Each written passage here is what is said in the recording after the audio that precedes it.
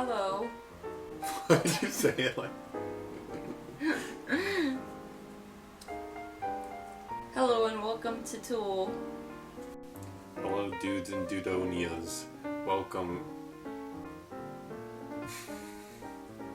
Hello and welcome to the review of Tool's new album, Fear Inoculum. Running on empty. Tool review. Hey guys, Family Man Peter Griffin here to explain the joke to you. It's funny because he made the joke in the last video as a reference to review raw. Peter Griffin, signing out. After 13 years of farting around, Tool finally released their 5th album. Fear Inoculum. Yay! You may know Tool as the band that did this. So I really like the cello that starts off in the first track, Fear Inoculum. Personally, the cello is one of my favorite instruments and I'm really glad that they decided to add it.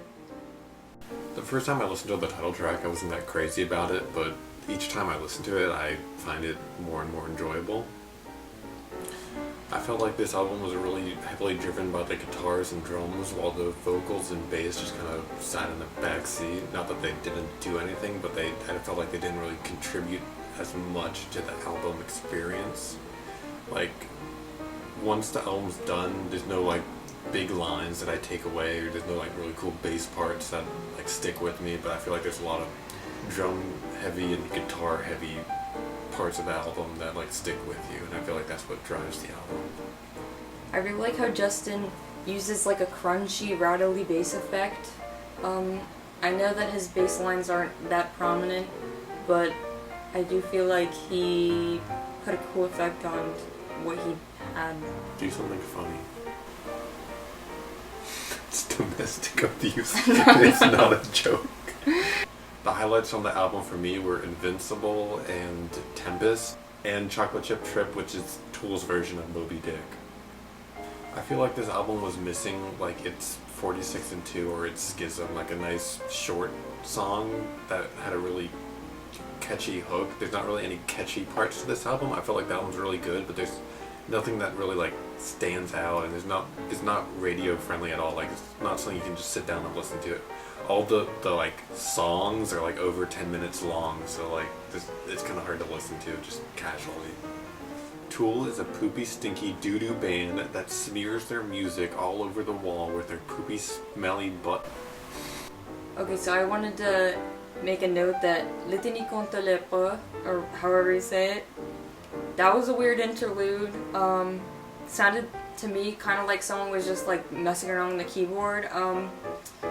I mean, it works. I wasn't that impressed by the interludes. I've never been, but I guess. Some previous albums for me, I prefer the interludes, like the interlude before Jimmy on Anima. I really like that interlude.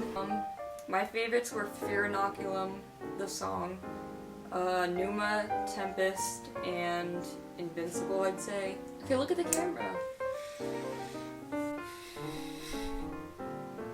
I feel like Descending and Calling Voices were missing something, but they're not the worst songs.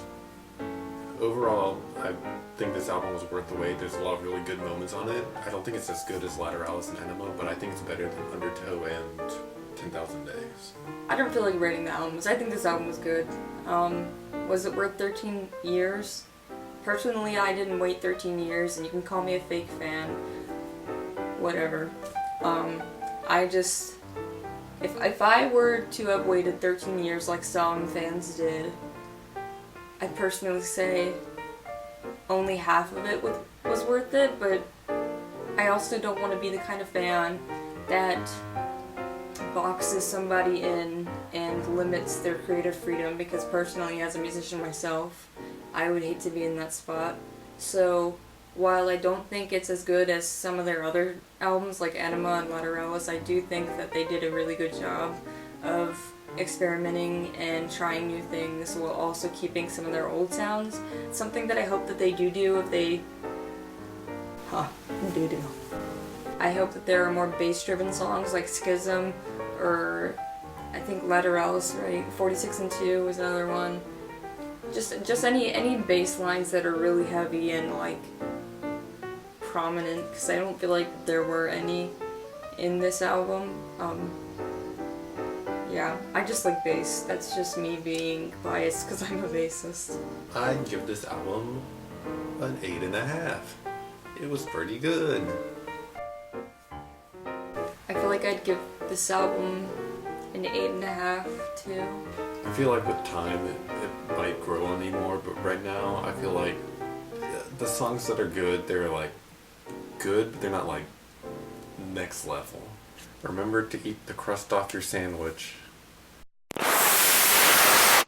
Hey guys, Peter Griffin calling back here again just to say thanks for coming to join the party. We got more subscribers than PewDiePie now, so Jake Paul, you better watch out. I'm coming for you. Okay, see you later.